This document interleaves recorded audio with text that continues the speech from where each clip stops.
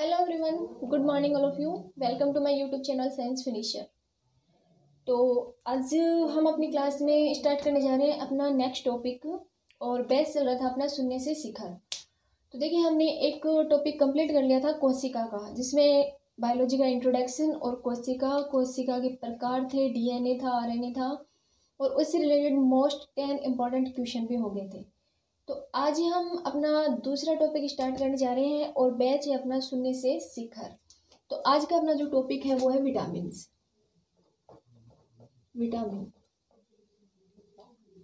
तो देखिए, विटामिन के बारे में हमें पढ़ना है। विटामिन क्या होते हैं, शरीर में विटामिन का क्या काम होता है, कितने प्रकार के होते हैं, इनकी खोज किसने करी थी, तो सारी बातें विटामिन के बारे में हम पढ़ेंगे। तो सबसे पहले तो हमें यही पता होना चाहिए कि जो विटामिन है इसकी खोज किसने करी थी, कब करी थी, विटामिन शब्द किसने दिया था, विटामिन के प्रकार कितने होते हैं। तो देखिए, सबसे पहले मैं बता देती हूँ कि विटामिन की जो खोज है वो करी थी सबसे पहले L.I. एंड हॉपकिंस ने। L.I. एंड हॉपकिंस, वैज्ञानिक का नाम है L.I. एंड हॉपकिंस ने करी थी 1881 में। लुविन विटामिन की इन्होंने खोज करी थी। ठीक है, लुविन विटामिन। तो देखिए, विटामिन जो है इसकी खोज सबसे पहले 1881 में L.I. एंड हॉपकिंस ने करी थी। इतना हमें क्लियर हो गया। इसके बाद में जो विटामिन शब्द है ये किसने दिया था, तो विटामिन शब्द जो है ये 1912 में दिया था, 1912 में। और किसके द्वारा दिया गया था, वैज्ञानिक फंक के द्वारा, वैज्ञानिक फंक के द्वारा। ठीक है, विटामिन शब्द दिया गया था। ये जो विटामिन शब्द है ये किसके द्वारा दिया गया था, वैज्ञानिक फंक के द्वारा दिया गया था। जबकि विटामिन की खोज किसने करी थी, L.I. एंड हॉपकिंस ने करी थी। तो ये बेसिक था, ये हमें पता होना चाहिए। इसके बाद आता है कि विटामिन कितने प्रकार के होते हैं। तो देखिए, अब हम ये भी मैं लिख देती हूँ, क्योंकि जो नोट्स बनाते हैं जो बच्चे, उनके लिए लिखना भी मुझे ज़रूरी होता है। तो देखिए, सबसे पहले मैं इधर राइट कर देती हूँ 1881 में, 1881 में L.I. एंड हॉपकिंस ने, L.I. एंड हॉपकिंस ने और विटामिन की खोज करी थी, विटामिन की खोज करी थी। ठीक है, विटामिन की खोज करी थी L.I. और हॉपकिंस ने। इसके बाद में आता है कि सर्वप्रथम विटामिन जो शब्द है वो किसने दिया था। तो देखिए, 1912 में फंक ने विटामिन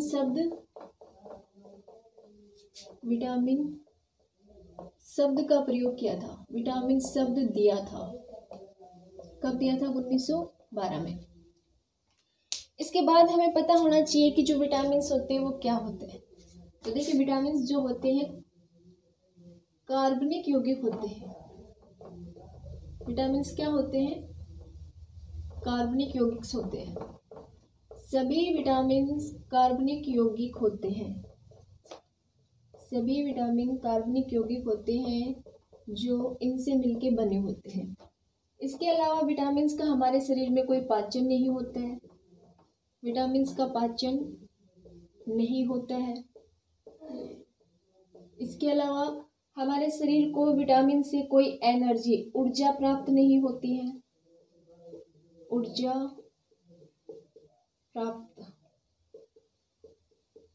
प्राप्त नहीं होती है। देखिए, विटामिन से हमारे शरीर को कोई भी एनर्जी प्राप्त नहीं होती है।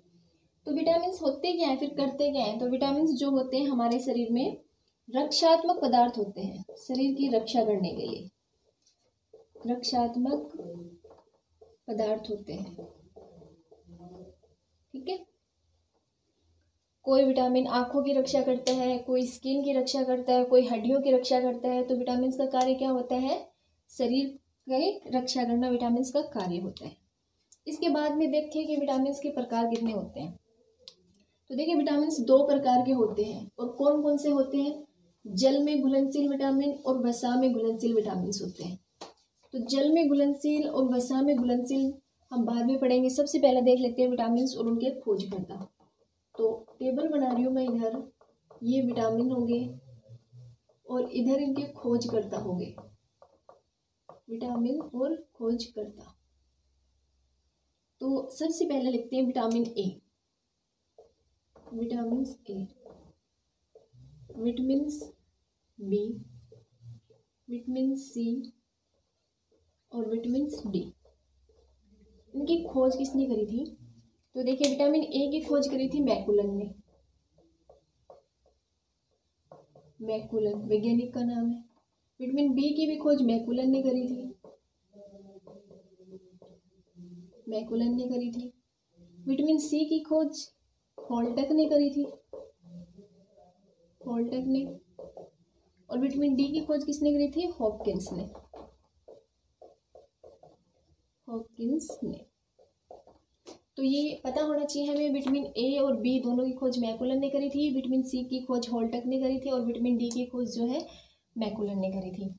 फिर इसी के आगे हम पढ़ेंगे अब विटामिन, घुलनशीलता के आधार पर विटामिन कितने प्रकार के होते हैं। देखिए, विटामिन डी का निर्माण हमारे शरीर में होता है सूर्य की किरणों की उपस्थिति में, ठीक है। इसके बाद में घुलनशीलता के आधार पर विटामिन के प्रकार, घुलनशीलता के आधार पर, घुलनशीलता के आधार पर विटामिन, क्योंकि वैसे तो विटामिन कितने प्रकार के होते हैं? A B C D E और के होते हैं, लेकिन घुलनशीलता के आधार पर विटामिन जो होते हैं सिर्फ 2 प्रकार के होते हैं। तो पहला कौन सा होता है? पहला देख लीजिए, जल में घुलनशील विटामिन।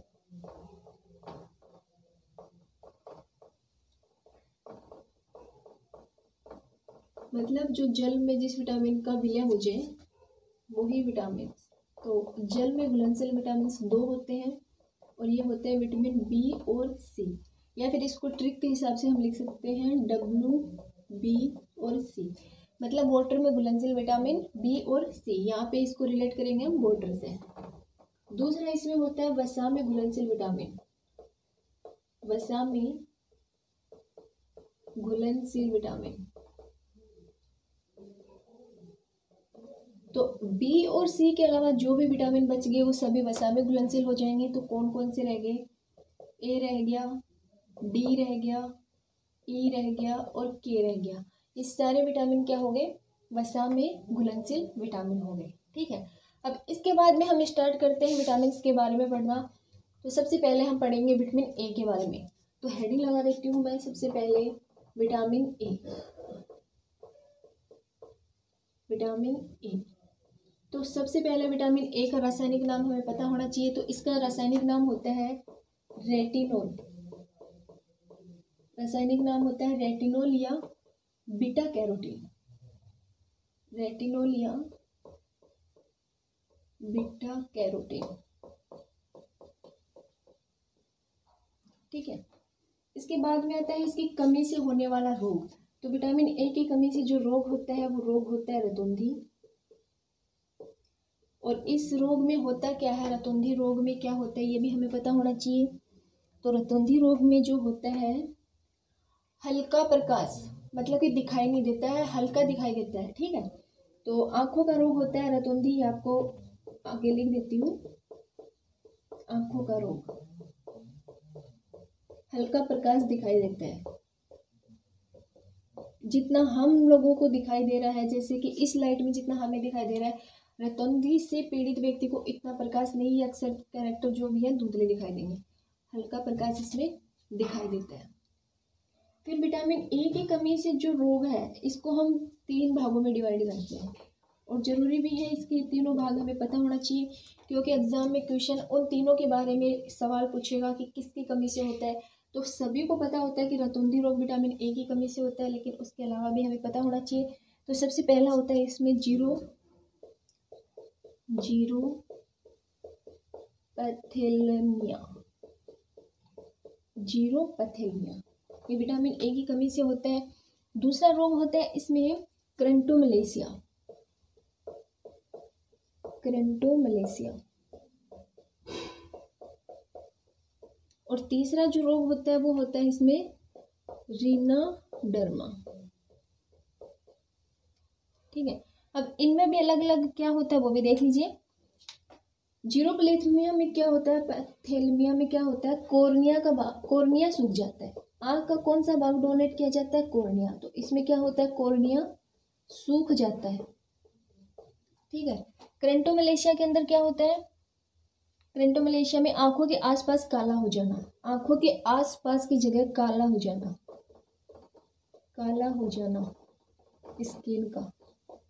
और रिनाडर्मा के अंदर क्या होता है, इसमें त्वचा का शुष्क रोग, त्वचा शुष्क हो जाती है। ठीक है, त्वचा शुष्क हो जाती है। इसमें पूरा लिख देती हूँ, आंखों के आसपास काला हो जाना, आंखों के आसपास काला हो जाना। ठीक है, ये 3 भाग होते हैं विटामिन ए के। विटामिन ए का रासायनिक नाम होता है रेटिनोल या बीटा कैरोटीन होता है। इसकी कमी से होने वाला रोग रतौंधी होता है। रतौंधी में क्या होता है, आंखों का रोग होता है और इसमें हल्का प्रकाश जो है वो दिखाई देता है। फिर रतौंधी रोग के भी 3 प्रकार होते हैं। तो पहला होता है जीरोपैथेलेमिया होता है, क्रेंटोमलेशिया होता है और रिनाडर्मा होता है। इन तीनों रोगों में भी आँख के अलग अलग रोग होते हैं। जीरोपैथेलेमिया में कोर्निया का सूख जाना, आँख का जो कोर्निया भाग है वो सूख जाता है। क्रेंटोमलेशिया में आंखों के आसपास का हिस्सा जो काला हो जाता है। रिनाडर्मा के अंदर त्वचा शुष्क हो जाती है। तो ये तीनों प्रकार हैं विटामिन ए के रोग के। ठीक है, इसके अलावा हम विटामिन के ए के बारे में थोड़ा सा और देख लेते हैं, इसके सोर्स। सबसे पहले खाने में क्या होना चाहिए, सोर्स, स्रोत। तो देखिए, हरी सब्जियां, फल, दूध, मीट, अंडा, ये तो कॉमन होता है, तो सभी में चलता है। इसके अलावा जो सबसे मेन होता है, आंखों को क्रियाशीलता जो मजबूत करता है, आंखों की क्रियाशीलता को जो मजबूत करता है, सबसे ज़्यादा पीले फल। और पीले फल में सबसे ज़्यादा क्या, बनाना, ये भी आपको ध्यान रखना है। इसके अलावा हरी सब्जियां, ताजे फल, सारी चीज़ें। ठीक है, फिर हम देखते हैं इसी के अंदर सोर्स हो गया, रोग हो गया, रासायनिक नाम हो गया, बस इतना ही होता है। 3 इसके रिलेटेड इसके रोग हो गए, इतना हमें काफ़ी होता है इसके बारे में पढ़ना। पीले फल लिख सकते हो, उसके बाद में दूध, मीट, अंडा, हरी सब्जियां, हरी सब्जियां नहीं आएगा इसमें, पीली सब्जियां, पीली सब्जियां, फल, etc। ये सारी चीज़ें होती हैं जरूरी, किसके लिए, विटामिन ए के लिए सोर्स होते हैं। जो सबसे मेन है वो पीले फल होते हैं, पपीता हो गया, बनाना हो गया। ठीक है, और सबसे ज़्यादा इंपॉर्टेंट जो है, अगर क्वेश्चन पूछ लिया जाएगा विटामिन ए के लिए सबसे महत्वपूर्ण सोर्स क्या होता है, उसमें 4 ऑप्शन होंगे। 4 ऑप्शन में आपको बनाना जो है सबसे मोस्ट होता है। बनाना के बाद अगर बनाना नहीं ऑप्शन में पपाया हो तो वहाँ पे पपाया हो जाएगा। तो आज की क्लास में विटामिन ए जो है ये कंप्लीट हो गया, अपना इंट्रोडक्शन कंप्लीट हो गया है अपना। तो नेक्स्ट क्लास में हम विटामिन बी और बी के सभी पार्ट्स के बारे में पढ़ेंगे। और इसके अलावा शायद विटामिन की जहाँ तक हो सकती है 3 या 4 क्लास होंगी, क्योंकि बैच चल रहा है हमारा सुनने से सिखा, मतलब हम हर चीज़ को थोड़ा डीप जाके पढ़ेंगे। ठीक है, तो आज की क्लास में इतना ही। आई होप कि जो मैंने पढ़ाया है वो आपको अच्छे से समझ में आया होगा। तो वीडियो को ज़्यादा से ज़्यादा लाइक शेयर कीजिए। जिन्होंने चैनल को सब्सक्राइब नहीं किया वो चैनल को सब्सक्राइब जरूर कीजिएगा। आज की क्लास में इतना ही, कल फिर मिलते हैं एक नए टॉपिक के साथ। तब तक के लिए थैंक यू।